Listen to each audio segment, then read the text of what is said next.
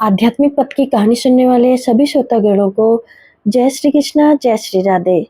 Thank you so much for watching my channel. आप लोग मेरे चैनल को लाइक से सब्सक्राइब जरूर करके मुझे प्रोत्साहित करें।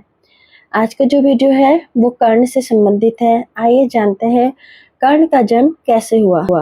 कर्ण का जन्म एक सामान्य इंसान के जन्म का नहीं था। उनकी माता कुंती ने एक बार दुर्वासा ऋषि की सेवा की थी, जिससे प्रसन्न होकर उन्होंने वरदान में एक मंत्र दिया था। उस मंत्र में कुंती ने सूर्य देव का आह्वान किया था और सूर्य देव और कुंती के मिलन से कर्ण का जन्म हुआ था। इधर महल में कौरवों और पांडवों के बीच मनमुटाव आक्रामक रूप लेता जा रहा था। उधर काल एक नया अध्याय लिख रहा था।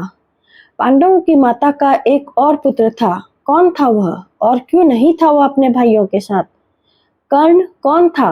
बचपन में कुंती ने एक बार दुर्वासा ऋषि का बहुत अच्छे तरीके से अतिथि सत्कार किया था। इससे प्रसन्न होकर दुर्वासा ने कुंती को एक मंत्र दिया, जिसके द्वारा वो किसी भी देवता को बुला सकती थी। एक दिन कुंती के मन में उस मंत्र को आजमाने का ख्याल आ गया। वह बाहर निकली तो देखा कि सूर्य अपनी पूरी भव्यता में चमक रहे थे। उनकी भव्यता देखकर वो बोल पड़ी, मैं चाहती हूँ कि सूर्य देव आ जाएं। सूर्यदेव आए और कुंती गर्भवती हो गई और एक बालक का जन्म हुआ। वो सिर्फ 14 साल की अविवाहित स्त्री थी। उसे समझ नहीं आया कि ऐसे में सामाजिक स्थितियों से कैसे निपटा जाएगा। उसने बच्चे को एक लकड़ी के डिब्बे में रख दिया और बिना उस बच्चे के भविष्य के बारे में सोचे उसने नदी में बहा दिया। उसे ऐसा करने में थोड़ी हिचकिचाहट हुई, पर वो कोई भी कार्य पक्के उद्देश्य से करती थी। एक बार वो अगर मन में ठान लेती तो वह कुछ भी कर सकती थी। उनका हृदय करुणा शून्य था। अधिरथ को मिला नन्हा कर्ण। धृतराष्ट्र के महल में काम करने वाला सारथी अधिरथ उस समय नदी के किनारे पर ही मौजूद था। उसकी नजर इस सुंदर डिब्बे पर पड़ी तो उसने उसको खोलकर देखा। एक नन्हे से बच्चे को देखकर वो आनंदित हो उठा, क्योंकि उसकी कोई भी संतान नहीं थी। उसे लगा कि ये बच्चा भगवान की ओर से एक भेंट है। वो उस डिब्बे और बच्चे को अपनी पत्नी राधा के पास ले गया। दोनों आनंद विभोर हो गए। उस डिब्बे की सुंदरता को देखकर वे समझ गए कि ये बच्चा किसी साधारण परिवार का नहीं हो सकता। एक महान धनुर्धर बनने की इच्छा के साथ कर्ण द्रोण के पास गया, पर द्रोण ने उसे स्वीकार नहीं किया और उसे सूत पुत्र कहकर पुकारा। सूत पुत्र का अर्थ होता है एक सारथी का पुत्र। ऐसा करके द्रोण ने इस ओर इशारा किया कि वह नीच जाति का है।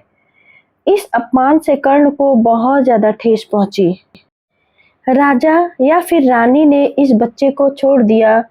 वे ये तो नहीं जानते थे कि किसने इस बच्चे को ऐसे छोड़ दिया है, पर उसे पाकर वे बहुत खुश थे, क्योंकि इस बच्चे के कारण वे जीवन में पूर्णता महसूस कर रहे थे।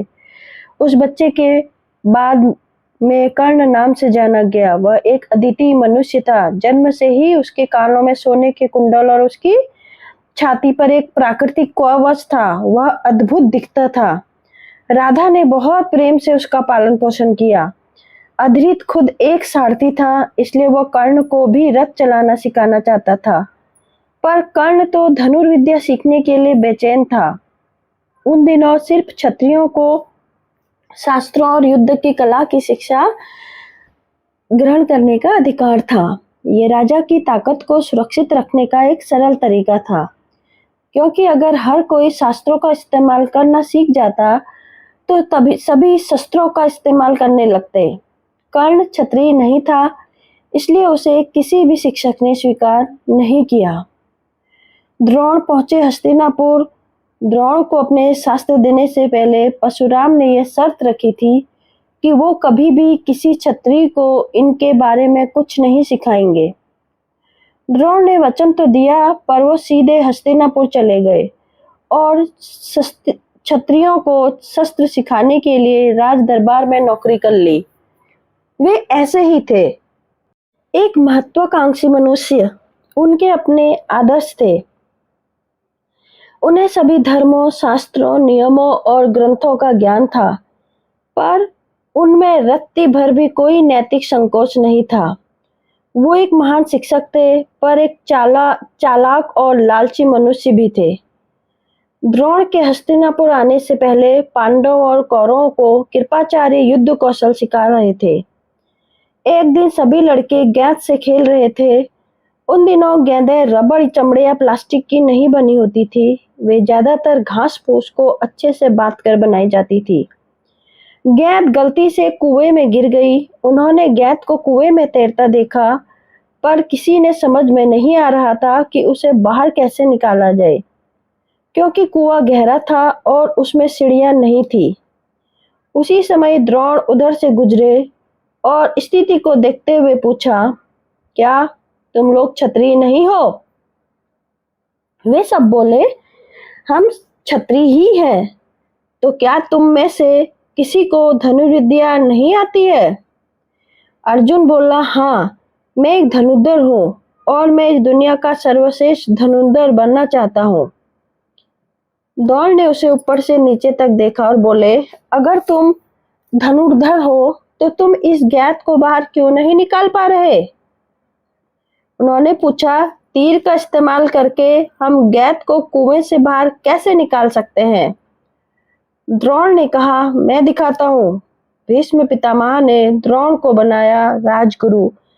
द्रोण ने घास के एक सीधे तिनके को उठाया और उसे गेंद की ओर चला दिया।